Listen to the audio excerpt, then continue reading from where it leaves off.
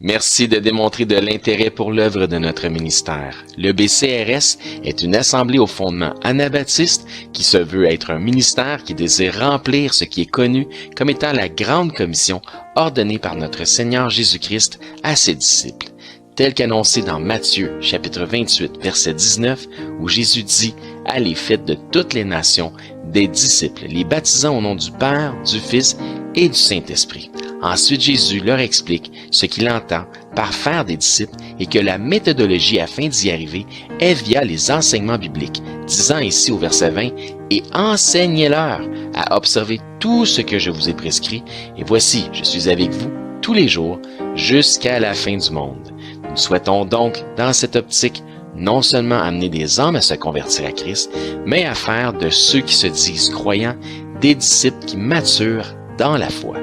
Nous nous efforçons donc toujours, aussi dans cette optique, d'enseigner les Écritures selon une saine doctrine biblique en suivant des règles de compréhension et d'interprétation strictes. Nous démontrons un immense respect, une entière révérence envers la sainte parole de Dieu, en nous assurant de ne pas lui donner des interprétations particulières, quitte à dénoncer les théologies et les hérésies malsaines qui sont, selon, des doctrines d'hommes. Si vous cherchez une assemblée qui peut vous amener à croître et à maturer dans la connaissance de la parole selon la simplicité de Christ, si vous acceptez et comprenez que parfois, afin de croître dans la foi, tout comme le Seigneur l'a permis pour son serviteur Job, il faut laisser à Dieu l'opportunité de renouveler notre entendement en nous confrontant à de nouvelles perspectives. Le ministère de l'EBCRS est probablement le type de ministère dans lequel vous pourriez trouver votre place. Nous vous invitons à nous rendre visite les dimanches matins à 10h30 sur la rive sud de Montréal, au 4405 rue Aurel à Saint-Hubert. Nous souhaitons que Dieu puisse vous bénir par ce message. Bonne écoute.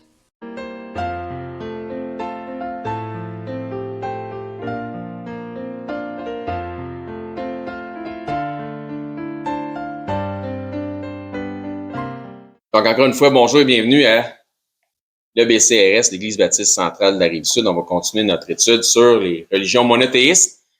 On a déjà vu ce qui était du judaïsme. On a fait une série là-dessus, une série en plus sur l'islam. On est dans le christianisme. On parle beaucoup aussi de, bien sûr, l'Église catholique romaine, puisque on est dans 2000 ans d'histoire, ils ont une grande influence. Donc, on va commencer notre lecture aujourd'hui dans 1 Timothée au chapitre 4. Et le titre du message de ce matin, c'est « Un bon ministre de Jésus-Christ ». C'est ça le titre de notre message. Dans 1 Timothée 4, à partir du verset 1, ça dit là. Mais l'Esprit dit expressément, l'Esprit de Dieu dit expressément, que dans les derniers temps, et je vous suggère de considérer que ça fait plus ou moins 2000 ans que nous sommes dans les derniers temps, quelques-uns abandonneront la foi pour s'attacher à des esprits séducteurs. Donc, ces esprits des séducteurs vont enseigner des choses et à des doctrines de démons. Et comment vont-ils séduire? Ça nous dit ensuite, par l'hypocrisie de faux docteurs, donc hypocrites. Ça veut dire, ils paraissent vrais, mais sont faux, sont pas vrais. Portant la marque de la flétrissure dans leur propre conscience. Donc, après ça, il nous donne un exemple des mauvaises doctrines, des doctrines de démons, que ces séducteurs, hypocrites, faux docteurs enseignent, prescrivant, entre autres, de ne pas se marier, de s'abstenir d'aliments que Dieu a créés pour qu'ils soient pris avec action de grâce par ceux qui sont fidèles et qui ont connu la vérité, donc ils veulent imposer des choses. Donc, pas le droit de faire ceci, pas le droit de faire ça. Donc, c'est une forme de légalisme, une forme de pharisianisme, autrement dit. Car tout ce que Dieu a créé est bon et rien ne doit être rejeté, pourvu qu'on le prenne avec action de grâce, parce que tout est sanctifié par la parole de Dieu et par la prière. En exposant ces choses, donc, quelles choses? Ben, les mauvaises doctrines. En exposant ces choses aux frères, tu seras un bon ministre de Jésus-Christ. C'est quoi le titre de notre message de ce matin? Un bon ministre de Jésus-Christ. Nourri des paroles de la foi et de la bonne doctrine que tu as exactement suivi. Donc, la question ici, c'est qu'est-ce qu'un bon ministre de Jésus-Christ doit faire? C'est exposer les mauvaises doctrines. Un bon ministre de Jésus-Christ se doit d'exposer aux frères les mauvaises doctrines. Donc, prions. Je vais demander à Dominique d'avoir un mot de prière pour ouvrir le culte, s'il vous plaît. Donc, lors de notre dernier enseignement, nous avons commencé à parler un peu plus techniquement de points historiques. Pour ceux qui étaient là ou qui se sont souvenus, enfin, le message de dimanche passé va être en ligne aujourd'hui. Donc, on est toujours à un message d'intervalle. Nous avons parlé du siège de Rome et le Vatican par l'Union italienne. Nous avons déjà vu aussi en partie les enseignements sur le siège de Jérusalem par les Romains en plus ou moins quelle année? 70, yes sir, 500 points. Excellent. Frère Dominique, vous avez fait un super bon résumé des chroniques de l'historien Flavius Joseph. Vous pouvez tourner dans Matthieu 24, si vous voulez. Donc, c'est là que la dispersion des Juifs a commencé, à peu près en 70. Les chrétiens de l'époque, même dans la région de Jérusalem, étaient déjà à l'écart dans les lieux sûrs, puisque Jésus les avait avertis. On va voir l'avertissement que Jésus leur fait dans Matthieu 24 à partir du verset 16. Alors que ceux qui seront en Judée fuient dans les montagnes, que celui qui sera sur le toit ne descend pas pour prendre ce qui est dans sa maison, il doit fuir. Et celui qui sera dans les champs ne retourne pas en arrière pour prendre son manteau, il doit fuir. Malheur aux femmes qui seront enceintes et qui allaiteront en ces jours-là parce qu'elles doivent prendre la fuite. Priez pour que votre fuite n'arrive pas en hiver, ça serait plus difficile, ou un jour de sabbat, ce qui pourrait rendre la chose difficile aussi. Donc, ça prouve bel et bien ici que Jésus parlait pour cette époque, puisqu'il s'agissait d'une époque, s'il s'agissait d'une époque contemporaine à la nôtre, il n'y a pas un Israélien ou une Israélienne dans le pays d'Israël actuel qui ferait une différence dans sa fuite, que ce soit une journée de sabbat ou pas. Ou sinon à une faible minorité, parce que chacun pour soi. Verset 21, « Car alors la détresse sera si grande qu'il n'y en a point eu de pareil depuis le commencement du monde jusqu'à présent, et qu'il n'y en aura jamais. » Ça a été, ou ça va être, ou ça a été, si vous voulez, un apocalypse. À ce moment-là, pour eux, la fin de leur monde. C'est ça qui s'est passé. Il y a la dispersion après, il n'y a plus d'Israël. Donc, les atrocités commises lors du siège de Jérusalem, environ en 70, autant juifs contre juifs que romains contre juifs, ont été indescriptibles, terribles, épouvantables, comme il n'y en avait jamais eu, qu'il n'y en aura jamais. Par la suite, plus les temps avançaient et plus les apôtres disparaissaient, entre autres comme martyrs. Un ébouillanté, l'autre s'est fait arracher la peau, ou un autre pendu, un autre égorgé, un autre coupé à la tête, un autre crucifié, un autre, etc., etc. Donc, les derniers témoins oculaires de la résurrection de Jésus-Christ furent aussi martyrisés éventuellement, ou ils mouraient éventuellement d'une façon ou d'une autre. Ce que je veux dire, c'est que le temps faisait son œuvre. On avance. On parle ici d'églises du 1er siècle. C'est à ce moment et même un peu antérieurement que certains prennent l'initiative éventuellement de rassembler les instructions des apôtres par écrit.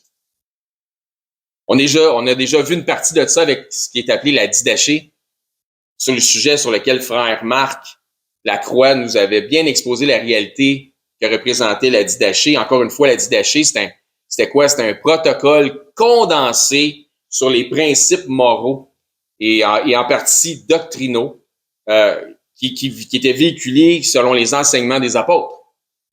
Et est-ce que c'était 100% doctrinalement exact, la Didaché? La réponse est non. Mais c'était beaucoup mieux que de simplement laisser les disciples à eux-mêmes sans voir l'ouvrage d'imprimerie qu'on a aujourd'hui ou notre livre de référence ou notre livre d'instruction. C'est bien mieux ça que de les laisser à eux-mêmes, puis au gré de leur pensée, puis de leur feeling, puis de savoir qu'est-ce qu'il faut faire, faut pas faire. Donc, c'était un bon protocole, une belle règle de conduite. Donc, c'était dans l'ensemble de très, très bonnes règles de conduite pour ceux qui professaient la foi en Jésus-Christ. Donc, ça commence avec Jésus-Christ qui a choisi 12 apôtres. Judas le trahit, il meurt sur la croix, il ressuscite, il apparaît aux apôtres, et aux disciples. Il monte au ciel où il est maintenant à la droite de Dieu. La Pentecôte arrive, il y a maintenant des milliers de Juifs qui se convertissent. Donc, je condense, je vous résume l'histoire. Les disciples vont maintenant prêcher jusqu'en Samarie. Il va éventuellement avoir ceux des nations qui sont affairés aux alentours, qui veulent se convertir, qui se convertissent aussi. On voit l'instance où Pierre, par exemple, va chez Corneille, qui lui était un de ceux qui faisait partie du groupe italique. Dans le mélange de tout ça, il y a aussi les persécutions qui sont faites contre l'Église de Jérusalem, l'apparition de Saul de Tarse, qui éventuellement se convertit et qu'on connaît sous le nom de l'apôtre Paul, qui, selon le bon sens des Écritures, faites attention à ce que je dis ici, selon le bon sens des Écritures, serait celui qui a été personnellement sélectionné par Jésus-Christ pour prendre la place de Judas l'Iscariote. Et je répète, parce que quand je dis ça, des fois, ça étonne des gens. Il me parle du Matthias qui avait été tiré au sort. Je répète, selon le bon sens des Écritures, il est celui qui a été personnellement sélectionné, et personnellement sélectionné fait toute la différence, par Jésus-Christ pour prendre la place de Judas l'Iscariote. Donc, encore une fois, certains des disciples ont pris l'initiative de collecter, de rassembler les chroniques, les histoires qui concernent les passages, les ministères, le ministère et l'enseignement de Jésus-Christ, ainsi que certaines histoires concernant les missions de certains disciples et de certains apôtres, les lettres récoltées qui ont été associées à ça, entre autres aux apôtres, on parle de Paul, de Pierre, de Jean, de Jacques, de Jude, etc., sur ce qu'on appelle les épîtres. Ça va à date? Super. Donc, tout ça est collecté et retranscrit manuellement, un peu comme l'image qu'on avait vue de ce qu'on a mis sur YouTube. On voyait quelqu'un avec des rouleaux et une plume qui retranscrivait des choses. Ce qui éventuellement deviendra la partie nouveau-testamentaire de la Sainte Bible. Donc, tout ce rassemblement de ces écrits-là, de ces chroniques-là. Donc, l'Église ne serait pas ce qu'elle est aujourd'hui sans les 4 versions de l'Évangile de Jésus-Christ, ainsi que le canon, le rassemblement, l'ensemble du canon biblique. Puis tourner dans Jean, chapitre 14, on va voir un court passage là.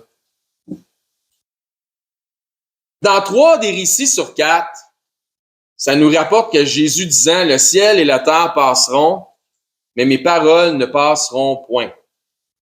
On trouve ça dans Matthieu, dans Marc et dans Luc, qui sont appelés les évangiles synoptiques. Ou synoptiques. Mais dans Jean, ça nous explique comment ça va se faire. Donc, mes paroles ne passeront point. Donc, quand le ciel et la terre passeront, mes paroles ne passeront point. Jean 14, 26, ça dit « Mais le Consolateur, qui est le Saint-Esprit, que le Père enverra en mon nom, vous enseignera toutes choses et vous rappellera tout ce que je vous ai dit. Donc, mes paroles ne passeront point. » Donc, de cette manière-là, effectivement, on a l'ensemble des paroles de Jésus-Christ dans le canon biblique, dans le rassemblement des livres, des chroniques, exactement, des histoires qui ont été ramassées par des disciples pour faire cette collection-là. Donc, je crois définitivement, et je vous invite à le croire aussi, que la Bible est la sainte parole de Dieu, inspirée de Dieu et qui a été donnée par le Saint-Esprit. Donc, je vous invite à croire ce que je crois. Dans 2 Pierre au chapitre 3. Nous pouvons donc dire, comme Paul a dit à Timothée, je vais vous faire la lecture dans 2 Timothée 3,16, toute l'Écriture est inspirée de Dieu. Toute l'Écriture est inspirée de Dieu. Toute l'Écriture est utile pour enseigner. Toute l'Écriture est utile pour convaincre. Toute l'Écriture est utile pour corriger, pour instruire dans la justice. C'est ce que ça nous dit dans 2 Timothée 3,16. Maintenant, c'est d'ailleurs l'apôtre Pierre qui compare les épîtres de Paul, ou ce que Paul écrit, au reste des saintes Écritures, et les décrit comme faisant partie intégrante des Écritures. Je répète ça. On voit l'apôtre Pierre qui compare les épîtres de son frère apôtre Paul aux saintes Écritures et qui les décrit comme faisant partie intégrante des Écritures dans 2 Pierre 3,15.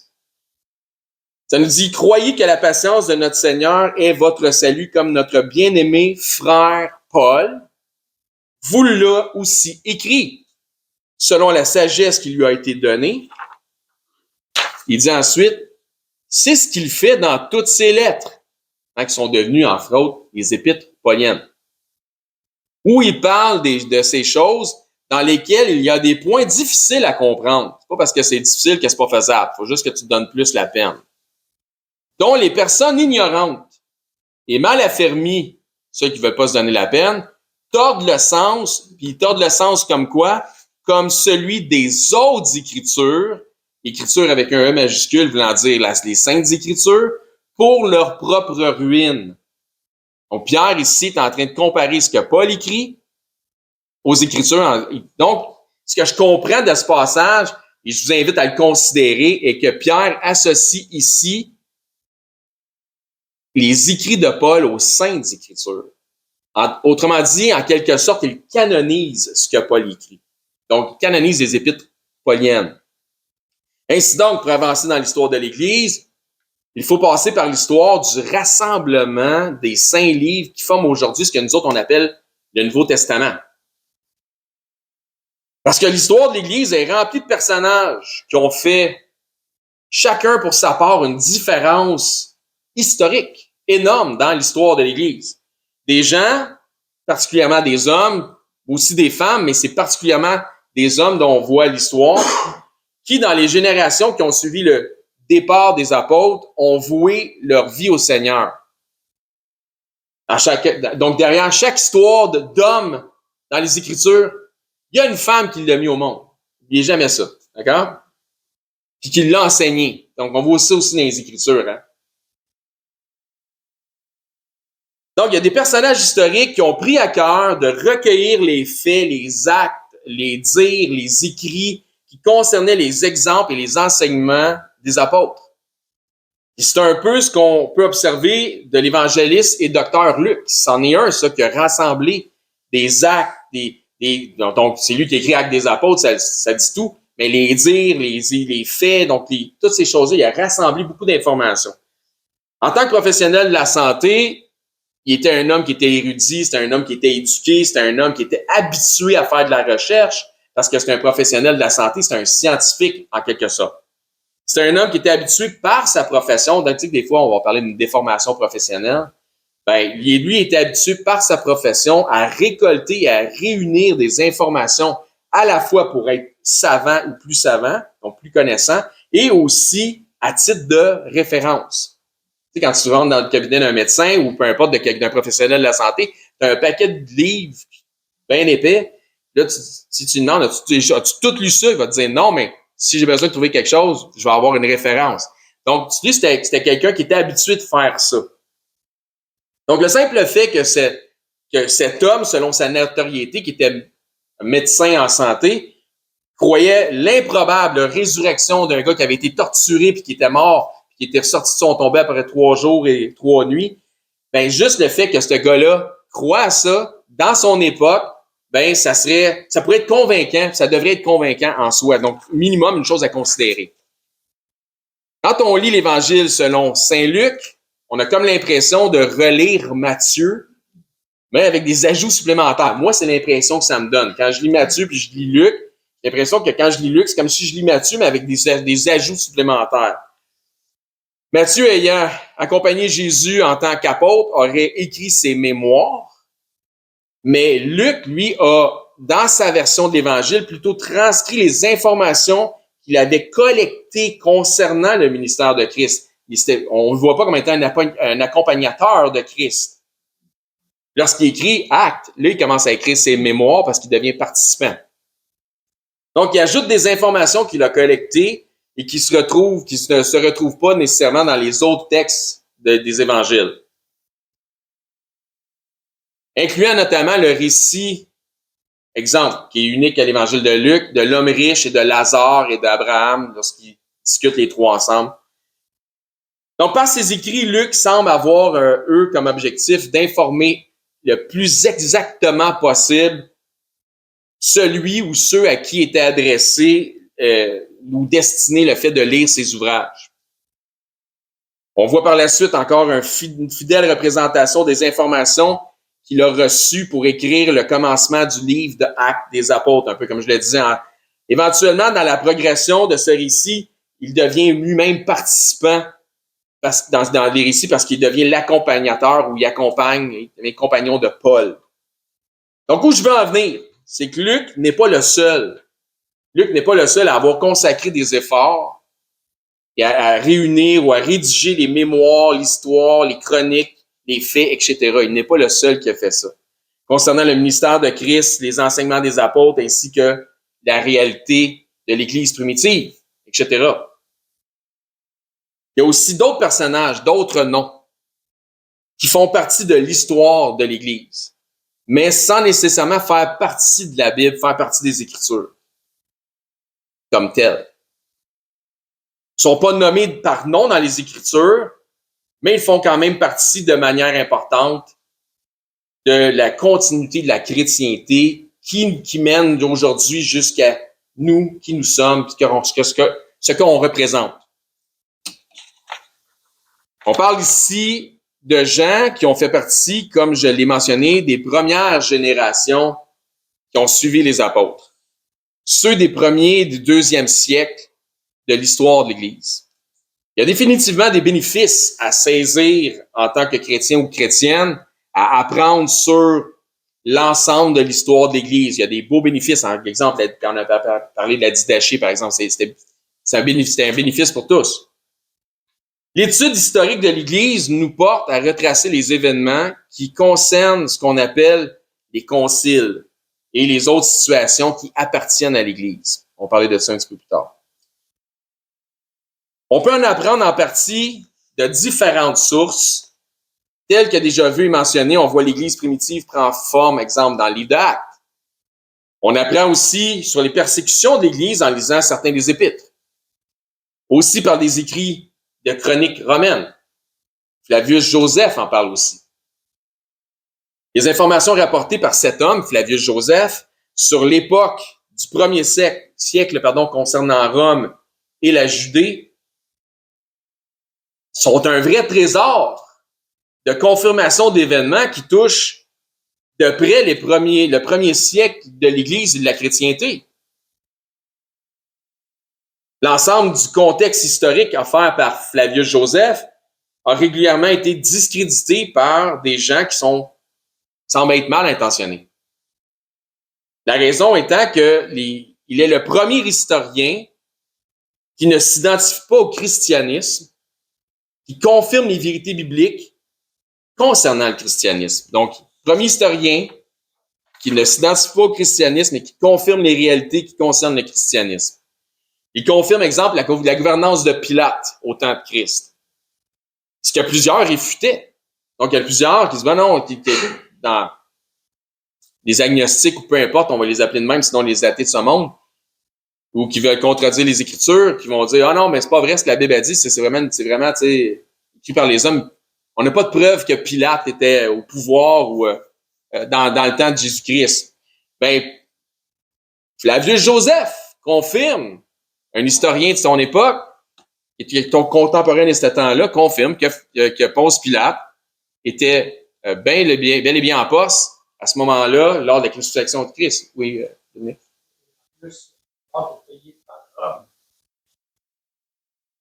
Ouais. Exact. Donc, définitivement, puis cette chose-là a été réfutée, ou ben, ça a été en fait, il y en avait qui discréditaient ça, mais tout ce qui a été discrédité a été réfuté.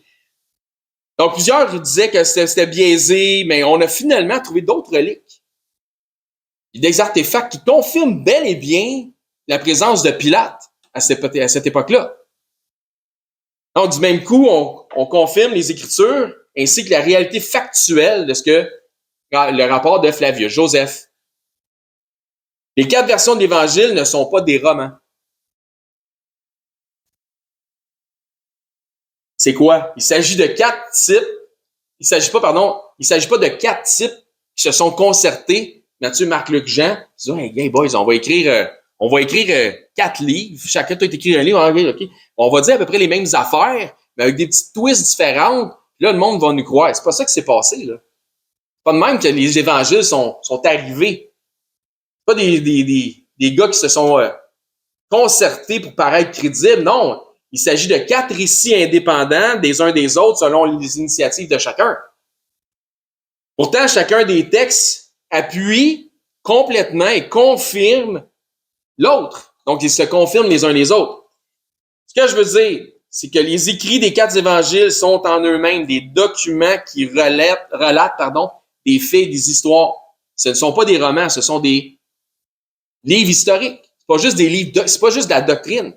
Ce sont des faits historiques qui sont rapportés. Ça devrait être considéré comme des manuels qui instruisent sur l'histoire. Et souvent, c'est discrédité parce que ça appartient au dogme.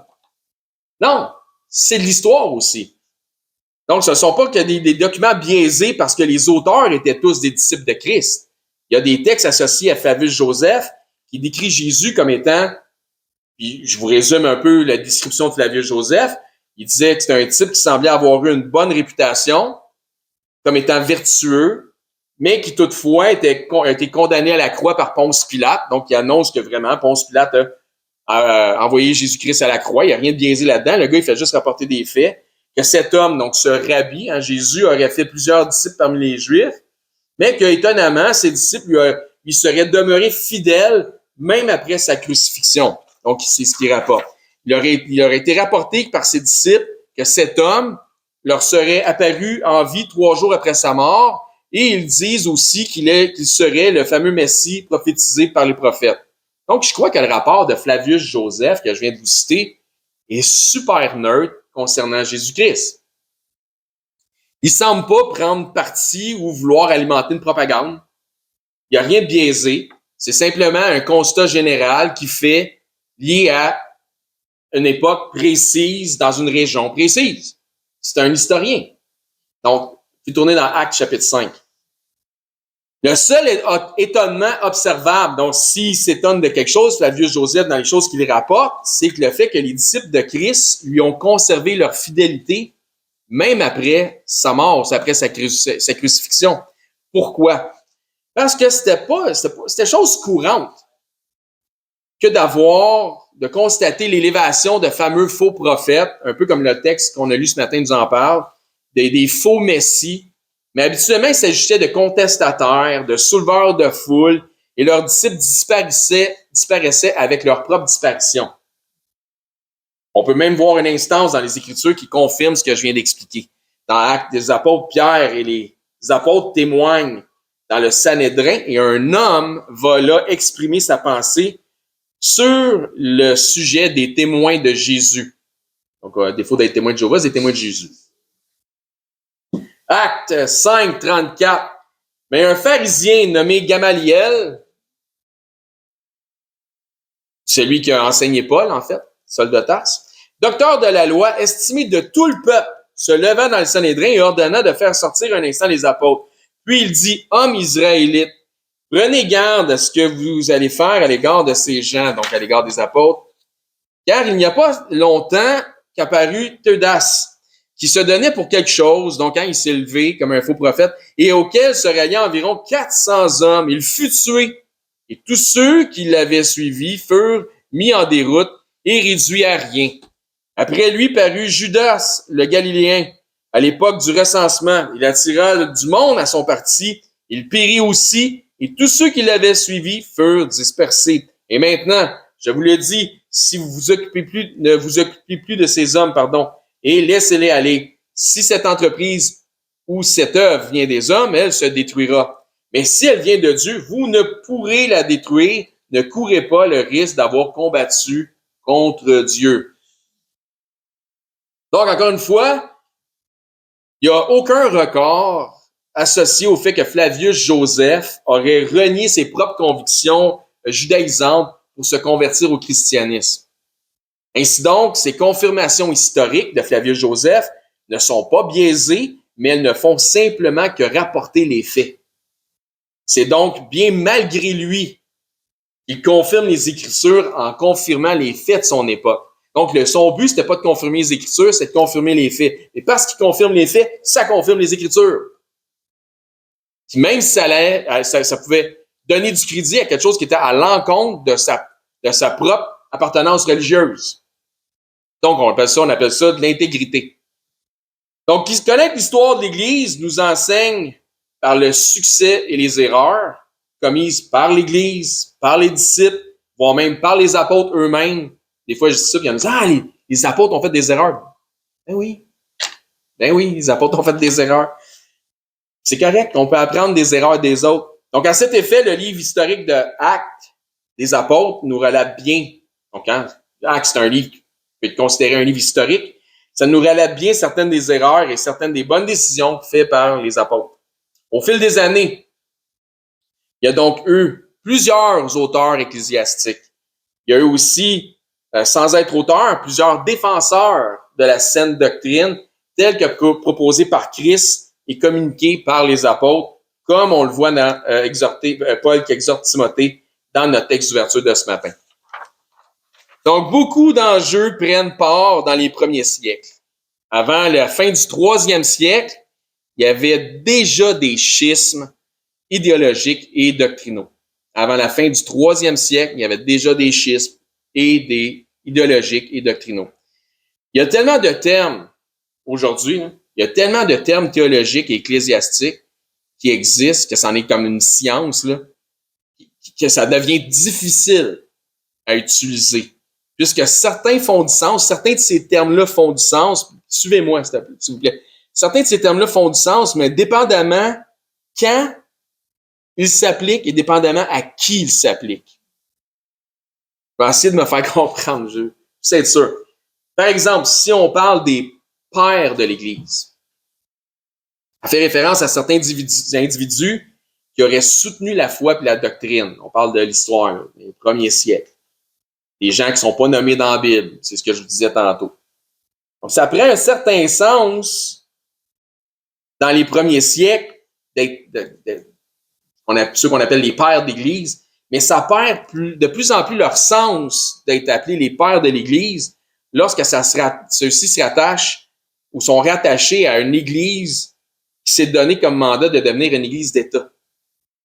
Suivez-vous? Donc, ça fait du sens à un moment donné, puis à un moment donné, ça commence à perdre du sens.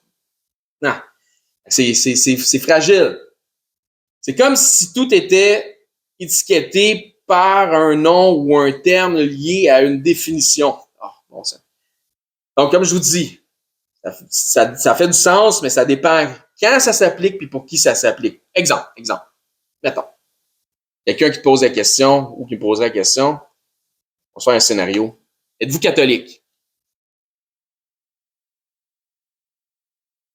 Oui, mais non. Vous voyez comment ça devient compliqué? Oui, mais non. OK, mais catholique romain, grec, ni l'un ni l'autre. Ni l'un ni l'autre. Ah, OK, donc vous êtes orthodoxe. Ah. Oui, mais non. Oui, mais non. Oui, pour la conformité doctrinale, biblique, ce qu'on appelle l'orthodoxie, mais non de ce qui est ou de s'identifier aux différentes dénominations orthodoxes. OK. C'est comment ça va se Tu comprends comment c'est mélangé un peu? Ça dépend quand, ça dépend à qui ça s'adresse. Ah, donc vous êtes protestant.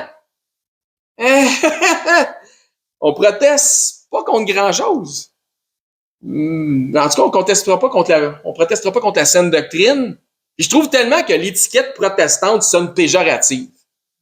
Hein, vous êtes des rebelles. Tu sais, ça sonne comme ça, vous êtes protestants. On proteste contre rien, puis personne. Au contraire, on s'accorde avec la saine doctrine biblique selon la sainte parole de Dieu. Mais on sait qu'est-ce que ça veut dire, protestant. Mais moi, j'ai pas l'impression que je proteste contre qui que ce soit ou quoi que ce soit. Donc, on s'efforce de marcher droit selon la vérité de l'Évangile. Donc, c'est pas une protestation, ça. Hey, donc, êtes-vous une église autocéphale? Quelle auto? Auto quoi? Autocéphale. Ça veut dire que vous n'avez pas un chef, un homme, tu sais, unique qui est au-dessus de... Jésus-Christ, c'est pas mal notre chef. Puis, mettons qu'on est une église autonome, puis on n'a pas vraiment de hiérarchie. Ah, OK. Donc, vous avez ni pape, ni primat. C'est quoi ça, un primat? Je sais quoi un pape, mais un primat. Un primat, c'est quelque chose, c'est quelqu'un qui est au-dessus. C'est encore une fois, c'est une question de hiérarchie. C'est comme l'évêque le plus élevé dans la gang. Non, on a seulement des enseignants qualifiés Puis pour être qualifié, il faut qu'il soit désintéressé, donc désintéressé par le pouvoir. Donc la hiérarchie, pas très pour nous autres. Désintéressé par la popularité, désintéressé par l'apport du gain par rapport à la piété, donc désintéressé par l'argent. Tu peux pas les avoir avec ça. Tel que mentionné dans 1 Timothée, chapitre 3. Donc, vous avez ni concile, ni synode. C'est un groupe de conseil suprême, synode.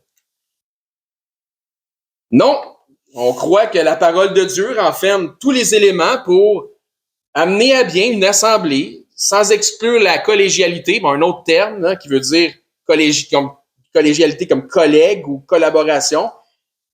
Donc, entre frères, entre églises sœurs, pour avoir une certaine communication, mais sans dépendre d'un clergé. Donc, voyez-vous comment ça peut être complexe? Il y en a des termes. Il y en a des termes. Là. On peut s'étourdir à dire des termes scientifiques qui s'accordent avec tout ce qui est ecclésiastique, etc., puis théologique. Donc, puis pourquoi est-ce que c'est complexe de même? Parce que où est-ce qu'il y a de l'homme, il y a quoi? De l'hommerie! Où est-ce qu'il y a de l'homme, il y a de l'hommerie. C'est pour ça que c'est compliqué de même. Et je vous confirme que les systèmes religieux organisés sont remplis d'hommerie. Et je suis pas de ceux qui croient que ça prend un diplôme en théologie ou un doctorat pour prêcher la saine doctrine biblique. T'as pas besoin d'un diplôme en théologie ou un doctorat pour prêcher la saine doctrine biblique. S'il y a bien affaire, là, il y en a-tu des diplômés en théologie puis des fameux pseudo-docteurs, ci pis ça, qui font juste enseigner de la fausse doctrine. Donc, t'as pas besoin de ça pour paître le troupeau, pour enseigner et prêcher semaine après semaine derrière un lutrin, pour faire des disciples matures, etc. T'as pas besoin de ça. On n'a pas besoin de connaître tous les termes scientifiques, théologiques, ecclésiastiques pour prêcher la vérité de la parole de Dieu. Parce qu'il y a quelque chose qui va mélanger le monde au lieu de les éclairer. On n'a pas non plus besoin de se conformer à toutes les traditions baptistes, protestantes ou autres dans le ministère. On n'a pas besoin de se conformer à ces choses-là. On a simplement besoin d'avoir des enseignants qualifiés, ce qui n'inclut pas nécessairement 3 ans de collège puis un doctorat, qui veulent servir Dieu, servir Christ, servir leurs frères et sœurs, servir leurs prochains. C'est ça qu'on a besoin. Des gens qui désirent, par-dessus tout, laisser Dieu dire ce qu'il dit, comme il le dit, avec un immense respect de la parole, de la sainte parole de Dieu, selon la simplicité de Christ. Regardez ça simple. C'est ça qu'on a besoin. Pas un diplôme, pas des gros termes scientifiques. Conclusion de notre message de ce matin. Notre texte d'ouverture de ce matin nous confirme que c'est selon une bonne doctrine que d'avertir les frères en dénonçant les mauvaises doctrines. C'est selon une bonne doctrine que d'avertir les frères, d'aviser les frères, de les mettre en garde contre les mauvaises doctrines. C'est même une des conformités qui identifie un bon ministre de Christ, tel notre titre de notre message de ce matin. Plusieurs qui osent se dire de Christ nous ont reproché de faire ça ici, ou certains des membres ici de l'EBCRS, de dénoncer les mauvaises doctrines, alors que la sainte parole de Dieu louange cette action qui est de dénoncer les mauvaises doctrines. Si quelqu'un veut plaire à Christ, ce ne sont pas des reproches qu'il devrait nous faire, mais c'est plutôt des recommandations. Parce qu'on fait exactement ce que les Écritures nous enseignent.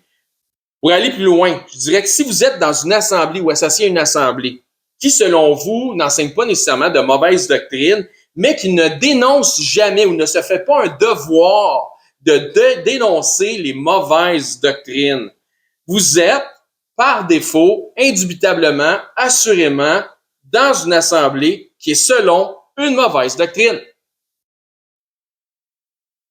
Et où il n'y a pas nécessairement un bon ministre de Christ. Mais possiblement un esprit séducteur, voire même un faux docteur, un hypocrite. Il a l'air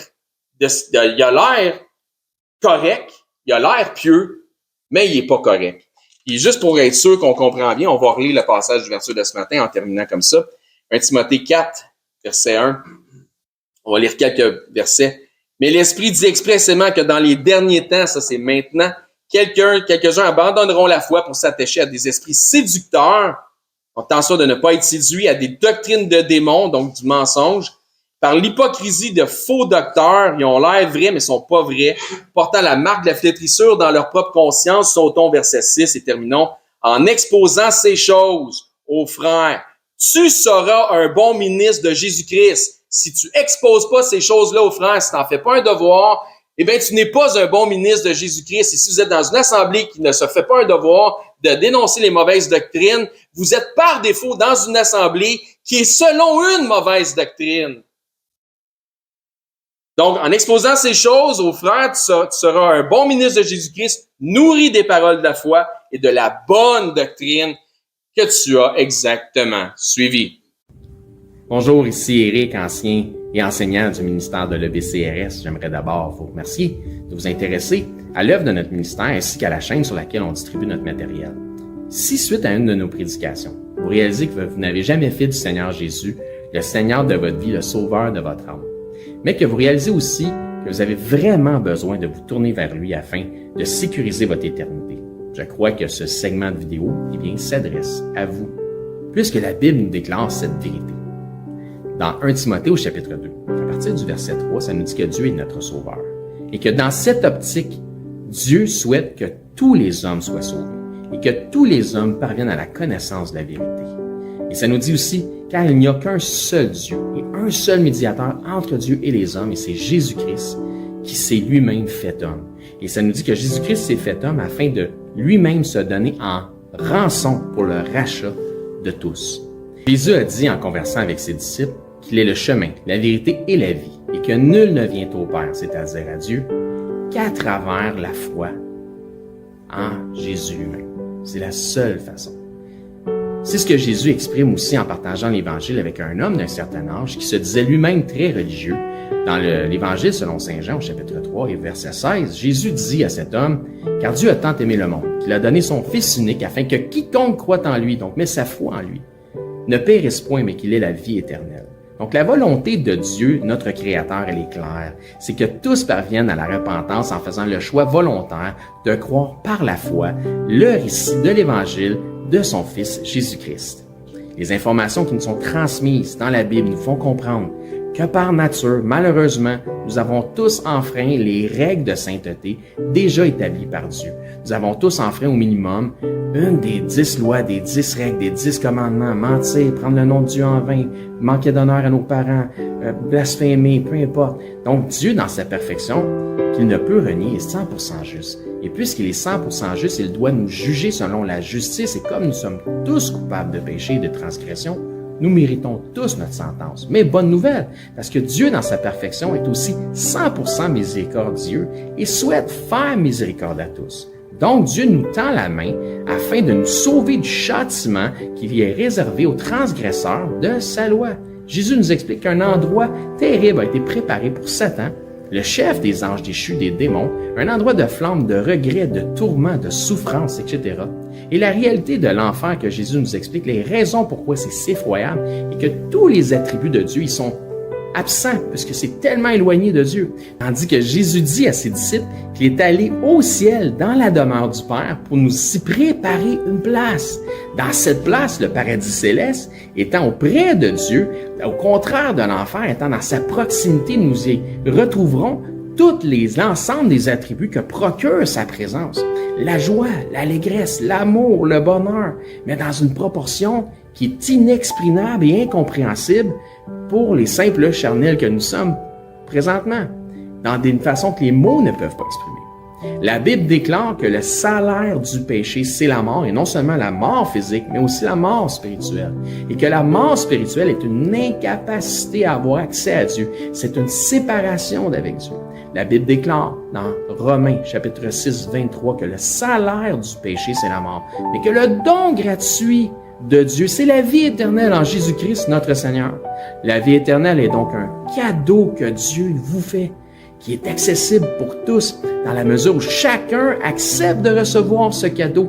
Donc, tel un cadeau qui nous est offert, la réalité représente que nous n'avons pas d'effort ou d'œuvre à faire utile pour recevoir ce cadeau. Sinon, ça ne serait pas un cadeau, mais ce serait un dû. Ainsi donc, il n'y a aucune œuvre que nous pourrions faire pour nous racheter nous-mêmes de nos fautes, de nos transgressions ou de nos péchés que nous avons commis contre Dieu. L'œuvre utile pour notre rachat a été accomplie par Dieu en la personne de son Fils Jésus-Christ lorsqu'il a pris notre place sur la croix, ce qui a été entièrement confirmé aussi pour notre justification à la résurrection des morts après 3 jours et 3 nuits au tombeau.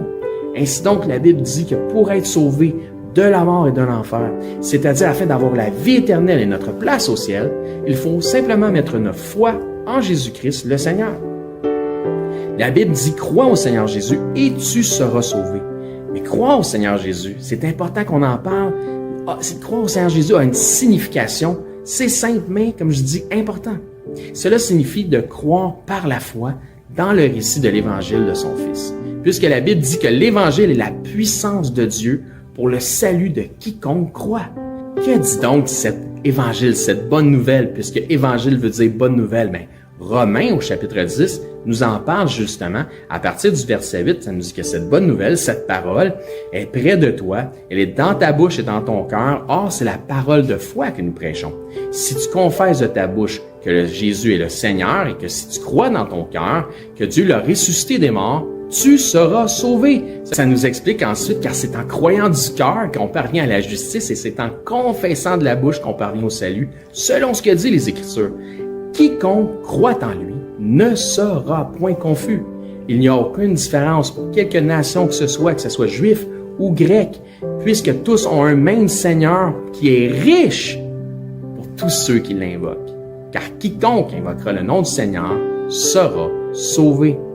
Il ne s'agit donc pas de réciter une prière selon une formule toute faite qui fait la différence, mais bel et bien de mettre sa foi dans le Seigneur Jésus-Christ. Si vous croyez que Jésus-Christ, Dieu le Fils, le ressuscité, est Seigneur et que vous acceptez d'en faire le Seigneur de votre vie, ainsi il devient instantanément aussi le sauveur de votre âme. Si tel est votre cas, gloire à Dieu, vous faites maintenant partie de son troupeau. En tant que nouveau disciple, ce qui est important maintenant, c'est de vous trouver premièrement un enseignant qui enseigne la vérité de la parole de Dieu. Et joignez l'assemblée où cet enseignant œuvre afin d'avoir part à l'amour des frères et de la famille en Christ. Si pour nous vous êtes local, c'est-à-dire par exemple 2 heures de transport et moins, eh bien venez nous voir, ça va me faire un plaisir de vous recevoir et nous pourrons parfaire votre éducation spirituelle selon une saine doctrine des Écritures. Donc c'est là-dessus que je vous dis, soyez bénis et je l'espère, à bientôt.